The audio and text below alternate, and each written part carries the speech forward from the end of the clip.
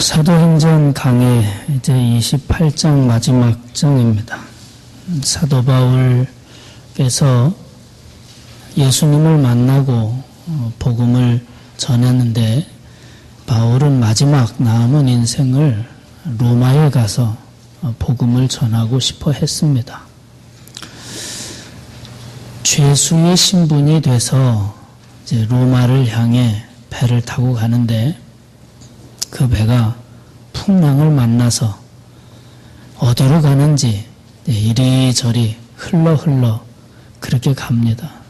배에 실었던 모든 물질이나 소유물은 다 바다에 던졌고 그 배에 타고 있었던 278명이 다 죽음의 위기 앞에서 간신히 살아 한 섬에 도착을 하는데 그 섬이 멜리데라는 섬입니다. 바울이 그 섬에 가고 싶어서 간 게 아니거든요. 그 섬이 어디에 있었는지 어떻게 생겼는지 알지도 모르는데 풍랑을 만나서 로마를 향해 가야 되는데 풍랑을 만나서 중도에서 이 배가 갈 길을 잃고 헤매다가 도착한 곳이 멜리데라는 섬입니다. 풍랑 때문에 어쩔 수 없이 간 곳이죠. 내가 가고 싶어 간 게 아니고 원래 계획에도 없었고 여기 하나님 뜻이 있어요. 우리는 살다 보면 우연히 일어난 것 같은데 그런데 그 안에 하나님의 뜻이 있어요. 풍랑을 만나서 바울 일행은 죽을 고비를 넘기고 흘러 섬에 도착을 했는데 생각해보면 그 섬 사람들은 그것 때문에 복음을 듣게 됐어요. 하나님을 알게 된 거죠. 여러분, 우리가 살면서 내가 생각한 대로, 내가 계획한 대로 다 이루어지면서 살지는 않잖아요. 내가 지금 가고 싶은 길을 가지 않고 전혀 생각하지 않았던 길을 갈 수도 있잖아요. 내가 생각하고 있었던 그런 대상하고 결혼하고 싶었는데 장동건하고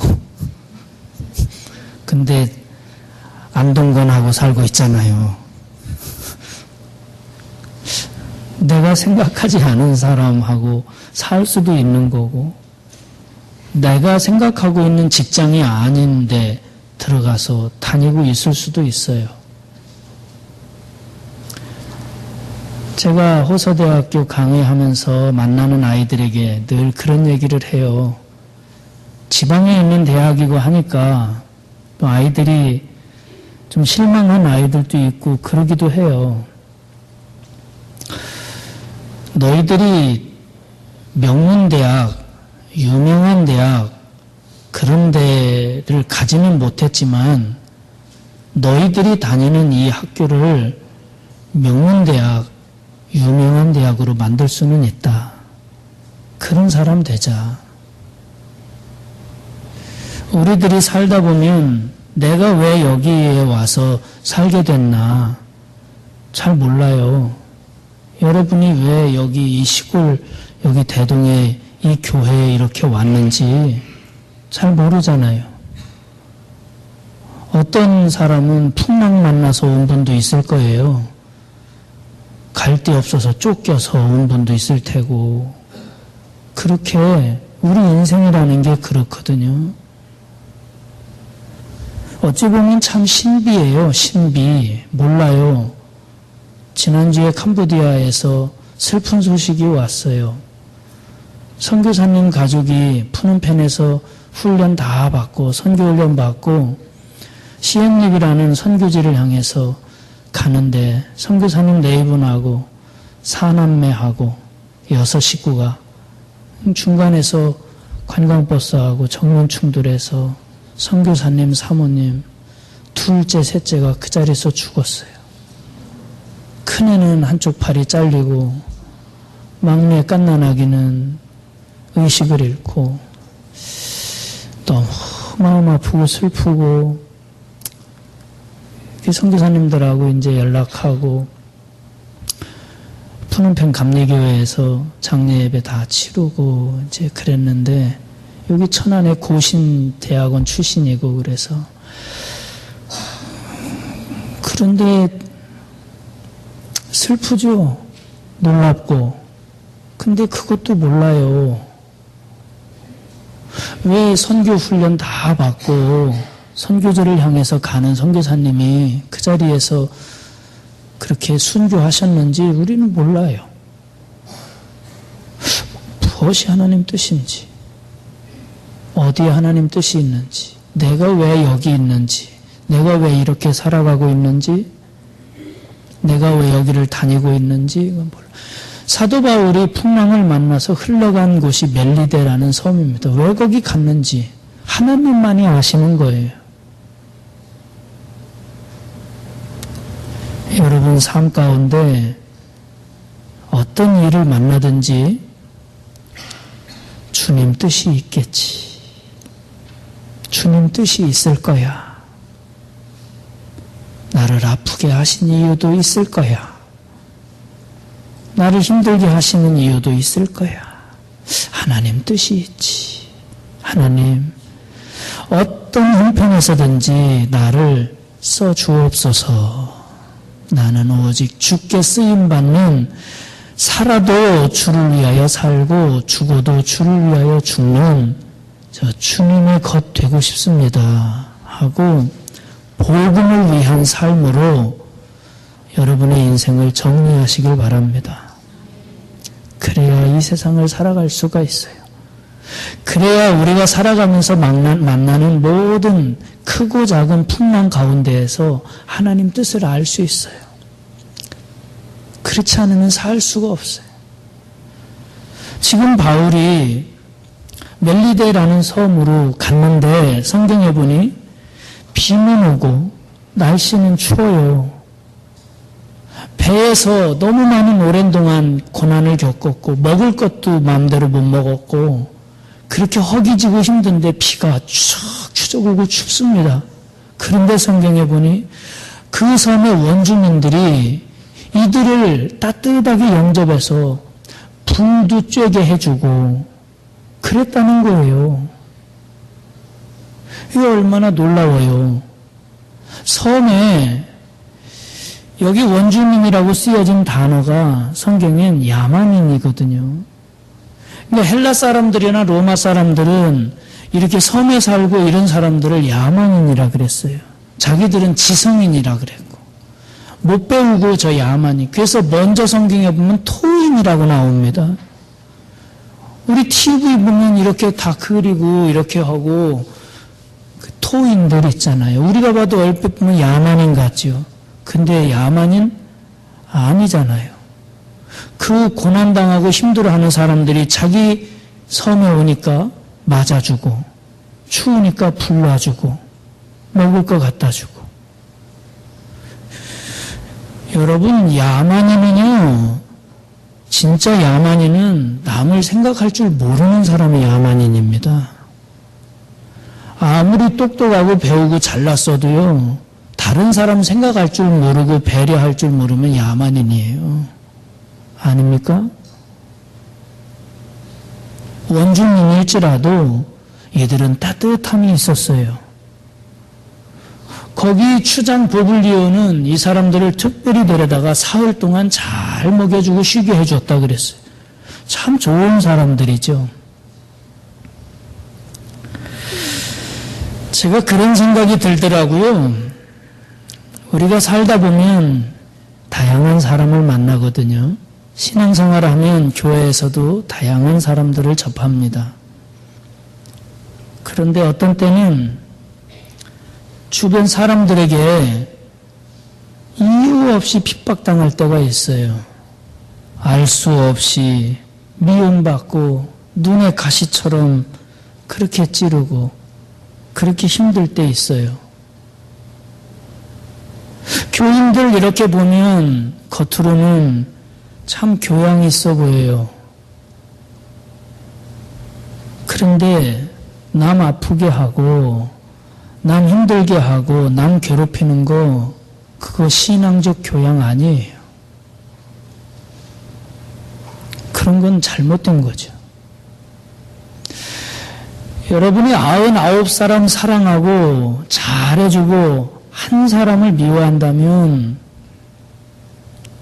그건 잘못된 거예요. 그 한 사람도 사랑할 수 있도록 마음을 바꿔야 해요. 그게 그리스도인의 교양이에요.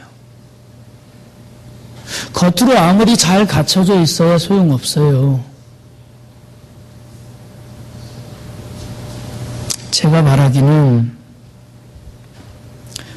서로 사랑하고 한 사람도 마음속에 미워하는 사람 없이 그런 그리스도의 마음을 저와 여러분이 갖길 바라요. 그런가 하면 여러분 교회 안에는요, 아무 조건 없이 도와주고 사랑해주고 힘이 돼주는 사람이 있어요. 격려하고 손잡아주고 겉으로 보기에는 좀 별론데 근데 참 신앙적 인품이 너무 귀한 분이 있어요. 말없이 격려해주고 힘이 돼주는 위로자, 참 좋은 사람이 있습니다. 우리 모두가 그런 사람 되어주길 바랍니다. 우리가 함께. 여기 멜리데 사람들 이렇게 보면은 그렇게 생각해 보면 바울을 태운 그 배가 로마를 향해서 가는 시간은 지체됐는데 그 섬에서 3달 동안이나 머물렀거든요. 겨울을 지냈으니까. 그 3달 동안 사도 바울이 어느 한 곳에 3달 동안 머문 곳이 사실 없잖아요. 감옥에서나 있었지. 계속 옮겨다니며 3달 동안 여기서 제자훈련하고 예배드리고 그랬을 테니까 그 배를 같이 타고 간 사람들, 군인들, 백부장, 멜리데 사람들 모두 성경엔 자세히 안 나오지만 여기는 엄청난 성령의 역사가 일어난 것 같아요. 거기다가 바울이 기도한 병든 자들이 낫죠. 뱀에게 물렸는데도 안 죽죠. 이러니까 사도 바울이 복음 전하는 그런 거 보면 그들이 만난 풍랑은 하나님 계획이었죠. 복음의 역사를 일으키시려고 하는 우리에게 다가오는 풍랑, 나를 힘들게 하는 아픔, 그 안에서 복음의 열매를 맺으면 이게 귀한 거예요. 자, 성경을 한번 볼까요? 3절, 4절 말씀 읽어보겠습니다. 바울이 나무 한 묶음을 거두어 불에 넣으니 뜨거움으로 말미암아 독사가 나와 그 손을 물고 있는지라 원주민들이 이 짐승이 그 손에 매달려 있음을 보고 서로 말하되 진실로 이 사람은 살인한 자로다. 바다에서는 구조를 받았으나 공의가 그를 살지 못하게 함이로다. 문화가 있죠. 문화. 어느 지역이나 동네나 특히 섬에는 섬 문화가 있겠죠. 섬 사람들 그들만의 문화가 있었을 겁니다. 신앙도 있었을 테고요. 이 사람들이 가지고 있는 신앙과 생각은 바다에 풍랑이 일어나면 신이 심판하는 거다. 그러니까 바다에 풍랑이 일어나서 배가 막 깨질 때 돼가지고 들어오니까 저들은 하나님 앞에 무슨 죄진 사람들인가 보다. 근데 살아나서 이제 섬에 들어왔어요. 근데 불을 떼다 보니까 뱀에 물렸거든요. 근데 이 섬 사람들은 저 뱀에 물리면 살인자다 그랬어요. 살인 저질렀으니까 신이 심판하는 거다. 그러니까 바울이 불을 떼다 뱀에 물렸거든요. 그러니까 사람들이 보고 저 사람 살인자야 살인자. 바다에서는 용케 살아났는데 이제 신의 심판을 받는구만. 근데 바울이 안 쓰러져요. 독사에 물렸는데 멀쩡하고 붙지도 않고 오히려 뱀을 떨어서 불 속에다가 집어넣고 한참 기다렸는데도 안 죽거든요. 그러니까 이 사람들이 놀란 거예요. 살인자가 아니라 신인계비다. 저는 이 말씀 보고 뱀에 물리는 것도 은혜다. 뱀에 안 물렸으면 바울은 신이 안 됐거든요. 바울은 살인자였지, 그냥 죄수. 쇠사슬에 매어 있고 하니까 사람들이 볼 때 저 사람 살인죄 저질렀구나. 얼마나 극악한 죄를 저질렀으면 저렇게 묶여가지고 로마로 끌려갈까, 그렇게 생각하지 않았겠어요. 근데 뱀에 물려서 이게 바뀌어버린 거예요. 뱀에 물리는 바람에 살인자 취급받던 바울이 신이 된 거예요. 그러니까 이제부터는 바울이 하는 대로 다 듣습니다. 복음 전하면 복음 다 듣고. 뱀에 물린 것 때문에. 그러고 보니까 뱀도 하나님이 물게 하셨구나.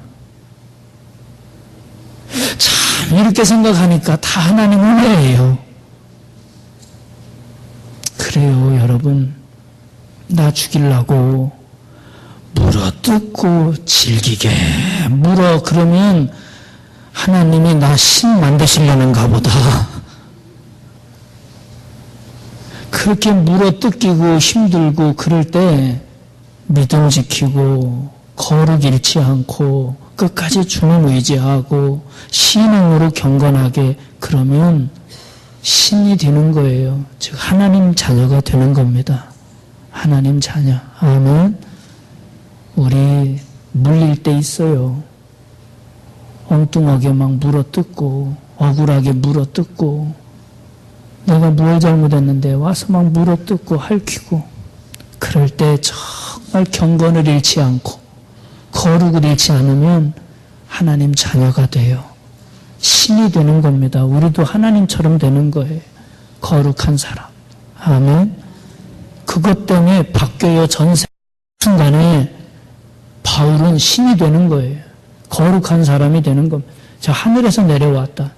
그러니까 복음을 아주 잘 전할 수 있는 통로가 되어버린 겁니다. 뱀에게 물린 게, 여러분 뱀에게 물리면 감사하세요. 오늘부터 풀밭에 나가세요. 나 좀 물어다오. 한 번만 물어다오. 그러다 또 죽지 또. 그러니까 우리가 인생 살다 보면 나를 물어뜯는 사람이 있어요. 힘들죠. 참 힘들죠. 근데 그때 내가 하나님 자녀가 돼요. 할렐루야. 여러분, 하나님의 복음의 능력, 전능하신 하나님의 능력을 믿으시기 바랍니다. 저와 여러분은 이 하나님의 복음의 능력을 믿음에 나가길 바랍니다. 하나님의 능력은 최악의 상황도 최선의 상황으로 바꿔주세요. 하나님이 축복하시면 최악의 조건이 최고의 축복이 돼요. 하나님의 능력이 나타나니까, 뱀이 물리고 안 죽으니까, 그러니까 이제 복음의 능력이 나타나게 된 거예요. 놀랍죠? 그러니까 그 섬의 추장 보블리오가 초청을 하는 겁니다. 7절 읽겠습니다. 이 섬에서 가장 높은 사람 보블리오라 하는 이가 그 근처에 토지가 있는지라 그가 우리를 영접하여 사흘이나 친절히 머물게 하더니 보블리오의 부친이 열병과 이질에 걸려 누워있거늘 바울이 들어가서 기도하고 그에게 안수하여 낫게 하매. 예, 섬 사람들도 다 병자들이 와서 또 낫고 치료받고 놀라운 일이 일어납니다. 10절에 보니까 후한 예로 대접하고, 섬 사람들이요 너무 고마우니까 잘 대접하고 떠날 때 배에다가 필요한 걸 가득 실어주었다. 그렇게 말씀하죠. 여기 보블리오 추장도 보니까 이들을 데려다가 사흘이나 친절히 머물게 했다 그랬습니다. 좋은 사람들이에요. 처음 만난 사람이지 않습니까? 군인들이 있습니다. 배 안에 쇠사슬에 매여 있는 죄수들도 있고요. 처음 딱 보면 흉악합니다. 배는 막 아주 완전히 다 정신없고 풍랑 만나서, 근데 거기에 군인들이, 무장한 군인들이 내려오고 쇠사슬에 매인 죄수들이 내려오고, 섬 사람들이 볼 때 이게 무슨 일이냐, 이거 우리 섬에 무슨 사단이 났나 보다, 이거 저 사람들이 도대체 뭐냐, 경계하고 무장하고, 아니면 이거 우리 잘못하다 죽는 거 아니냐, 싸웠으면 거의 양쪽은 절반은 죽었겠죠. 근데 이 섬 사람들은 처음 만난 그들에게 참 친절했어요. 따뜻하게 불도 펴주고 추장은 데려다가 친절하게 대해주고 먹을 거 주고, 그러니까 병 고침 받죠? 복음 들었죠? 그러니까 또 자기들이 또 필요한 거 다 대줬죠? 너무 아름다워요. 여러분, 처음 만나는 사람, 처음 교회 온 사람, 인상 쓰고 쳐다보지 마세요. 싸우러 왔나? 싸우러 온 거 아니에요. 쳐들어왔나? 뭘 쳐들어와요? 따뜻하게 대해주시기 바랍니다. 따뜻하게. 포블리오처럼 데려다가 밥도 좀 사주고 좀 따뜻하게. 네? 그래야지 대동교회 갔더니 인상 쓰는 사람밖에 없더라. 뭐가 뭐보다 터더라. 딱딱하고 뭐 이상하더라. 그건 교회 같지 않아. 그러면 가겠습니까? 거기에 뭐 기적이 일어납니까? 여러분, 생명은 사랑해야 태어납니다. 아멘. 그렇습니다. 사랑해야 생명이 자라는 겁니다. 처음 본 사람한테 잘하니까 복 받잖아요. 멜리대 사람들이. 여러분, 처음 온 식구들, 우리 서로 오늘 저녁 목장 축제할 때는 다 명찰 달아야 돼요. 우리가 서로 몰라요. 목자들 다 전에 들으셨잖아요. 저녁에 여기다가 각자 다 만들어서 달아야 돼요. 나를 많이 알리고 싶다 그러면 크게 쓰세요. 크더랗게. 여기다 다 명찰 달아야 돼. 다 명찰. 나는 어디 목장, 직분, 집사, 권사, 장로 쓰고, 성도면 성도 쓰고, 청년부면 청년부 이렇게 쓰고, 그 이름 쓰고, 그러고서 같이 만찬을 하고 그래야 서로 알죠. 어디 목장이시구나. 이제 우리가 서로 모르니까 다 명찰 달고 오세요. 각자 다 이렇게 만들어서.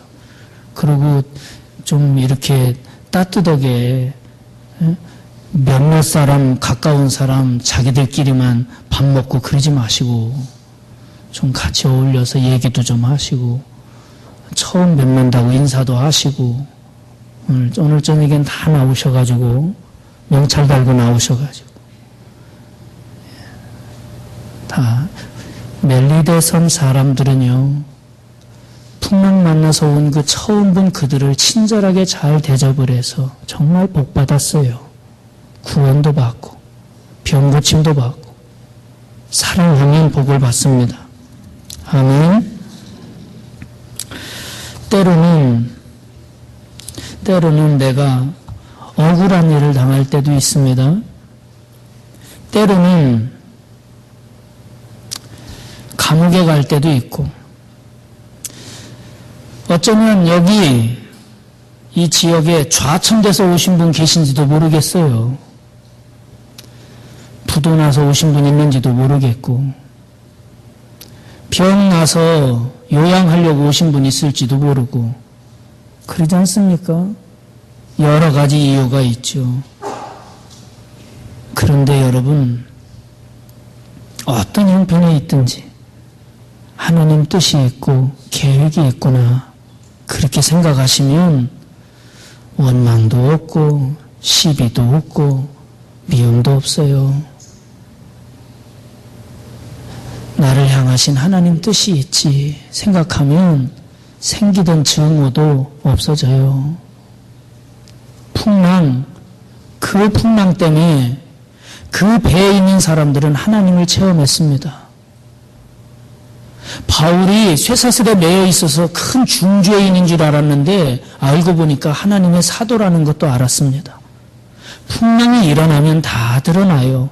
알곡이 딱 드러나고 가라지 쭉정이는 다 날아가 버려요. 풍랑이 일어나 봐야 알아요. 그들이 그동안 벌었던 그 소유, 재산, 상인들이 가지고 가던 다 이런 것들이 나를 구원해 주지 못하는구나. 이런 건 있다가도 없어지는 거구나. 그걸 풍랑 속에서 깨달았습니다. 그래서 영원한 것을 찾는 거예요. 순간적인 걸 버리고 영원한 것을 추구하는 것은 풍랑 속에서만 가능합니다. 이들은 풍랑 속에서 그 배 안에서 그 진리를 다 터득을 합니다. 바울을 통해 하늘나라 복음을 듣습니다.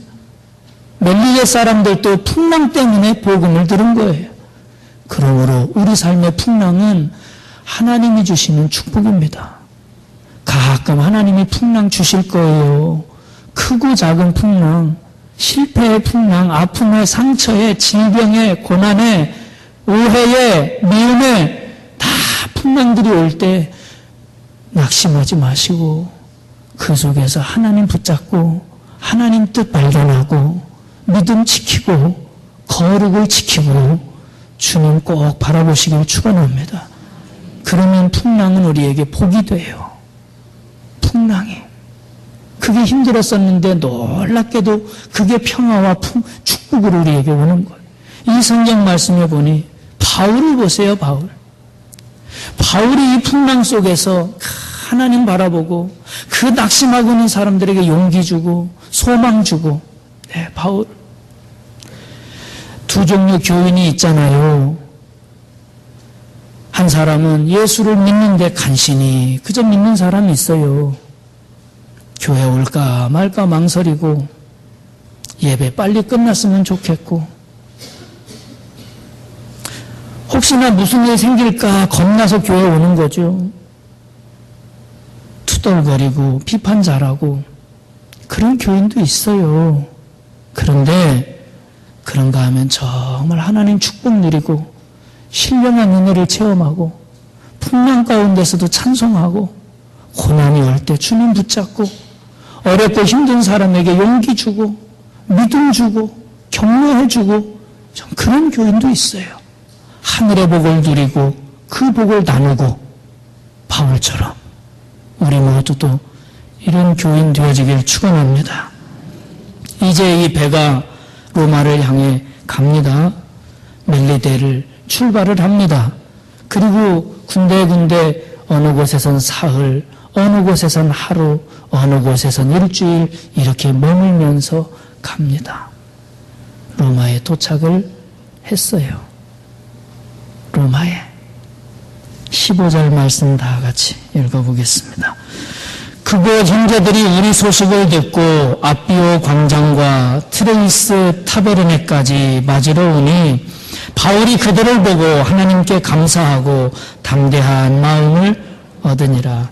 바울이 그들을 보고 감사하고 담대했다, 행복했다는 거죠. 바울이 지금 로마에 왔습니다. 금이 환영한 게 아니에요. 죄수의 신분으로 그렇게 왔지만 환영하는 인파도 없고 그저 몇몇 그리스도인 형제들이 소식 듣고 바울 사도께서 오신다. 그래서 이렇게 마중 나가서 너무 조촐하고 참 초라하지만 그런데 바울은 너무너무 행복했어요. 로마다. 로마에 왔다. 가진 건 없어도 편안하진 않았어도 좋은 집은 아니고 좋은 차도 아니지만 그런데 바울은 너무너무 행복했어요. 예수님이 그 안에 계셨고 복음이 그 안에 있었기 때문에 예수님과 복음만 있으면 행복한 겁니다. 그것만 있으면 돼요. 오직 예수로, 오직 복음으로 여러분 안에 가득 채워지길 축원합니다. 기도하겠습니다. 걸어가신 주님, 때때로 풍랑 때문에 아파하고 힘들어 했는데 오늘 말씀을 보니 풍랑도 하나님 뜻임을 깨달았습니다. 풍랑 속에 신비가 있음을 알았습니다.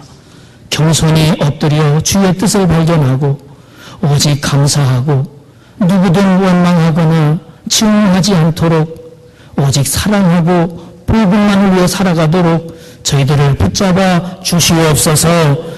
바울 같은 믿음 저희에게도 주옵소서. 저희도 그런 믿음의 사람, 멜리데 사람처럼 착한 사람, 복음을 위해 사는 사람, 하나님을 위해 사는 사람 되게 해 주옵소서. 우리 안에 있는 모든 미움, 증오 다 떠나가게 하여 주시고 복음으로 무장시켜 주시옵소서. 예수의 영으로 가득 채워 주시옵소서. 오직 예수의 영과 은혜로 이 시간 저희들 채워주시고 영적으로 행복한 사람으로 변화시켜 주옵소서. 예수님의 이름으로 기도하옵나이다. 아멘.